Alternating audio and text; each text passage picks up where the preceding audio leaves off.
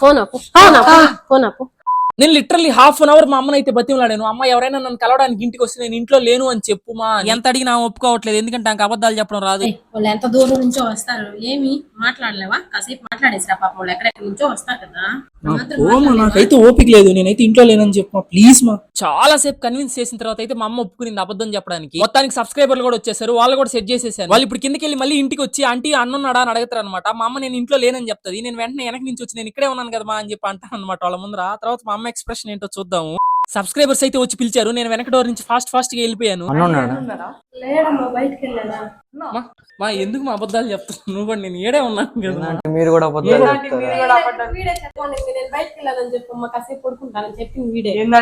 కాదు చిన్న, నేనైతే ఉన్నాను. ఎందుకు నువ్వు కూడా ఇట్లా తయారయ్యావు ఈ మధ్య అమ్మమ్మలాగా? ఇదిగో కింద కనిపిస్తుంది కదా, లింక్ మీద క్లిక్ చేసేసేయండి. ఇది మొత్తం ఫుల్ వీడియో వస్తుంది, ఫుల్ గా వేసుకోండి. ఉంటా బాయ్.